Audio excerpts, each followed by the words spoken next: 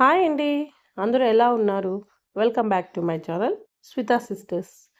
మనకి ఏదైనా స్వీట్ తినాలన్నప్పుడు అది కూడా జున్ను లాంటి స్వీట్ పాలు లేకుండా స్టవ్ వెలిగించకుండా ఈజీగా సింపుల్గా చల్ల చల్లగా తినేదే జున్ను లాంటి స్వీట్. సో సింపుల్గా ఎలా చేసుకోవాలో చూసేద్దాం రండి. ముందుగా అయితే ఈ విధంగా ఏదైనా ఒక చిన్న బౌల్ తీసుకోండి. ఇందులోకైతే మఖానా తీసుకోవాలి. ఒక గుప్పెడి వరకు అయితే మఖానా తీసుకోండి. సో ఇందులోకి అలాగే పిస్తా షెల్స్ని తీసేసి లోపల ఉన్న పప్పుల్ని మాత్రమే వేసుకోవాలి. అంటే ఒక 20-25 వరకు వేసుకోవాలి. సో ఇక్కడ స్వీట్నెస్ కోసం అయితే నేను ఇక్కడ మెత్తగా ఉన్న ఖర్జూరాలు వాడుతున్నాను. మీరు కావాలనుకుంటే బెల్లమైనా వాడుకోవచ్చు. ఖర్జూరాలు అయితే ఒక 5 వరకు వేసుకోండి. టేస్ట్ చాలా బాగుంటుంది.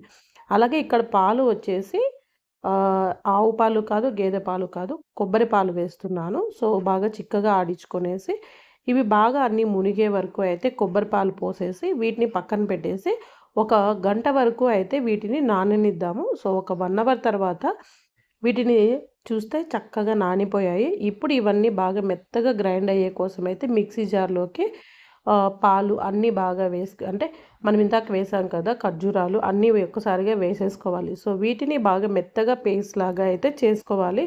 మీకు బాగా చిక్కగా కావాలి అంటే కొన్ని మఖానాలు ఎక్కువ వేసుకోవచ్చు. కొద్దిగా సాఫ్టీగా ఉండాలి అనుకునేలాగైతే కొద్దిగా తగ్గించి వేసుకోండి. సో ఇలా గ్రైండ్ చేసిన తర్వాత ఇలా ఒక బౌల్లో వేసుకొనేసి అక్కడక్కడ పలుకులు అలాగే టేస్ట్ మనకి పిస్తా టేస్ట్ తెలియడం కోసం అయితే పిస్తాలైతే కొన్ని ఇలా గ్రైండ్ చేసి వేసుకున్నాను. సో ఇలా చేసిన తర్వాత 1 అవర్ వరకు అయితే ఫ్రీజర్లో పెట్టుకోవచ్చు.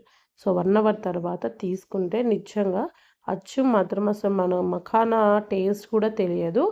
మనము జున్ను ఎలా తింటామో అలా టేస్ట్ ఉంటుంది. కొద్దిగా ఎక్కువ క్వాంటిటీ వేసుకోండి, చిక్కగా వస్తుంది. అండ్ చూడడానికి కూడా చాలా బాగుంటుంది, టేస్ట్ కూడా బాగుంటుంది. సో మీరు కూడా తప్పకుండా ట్రై చేయండి.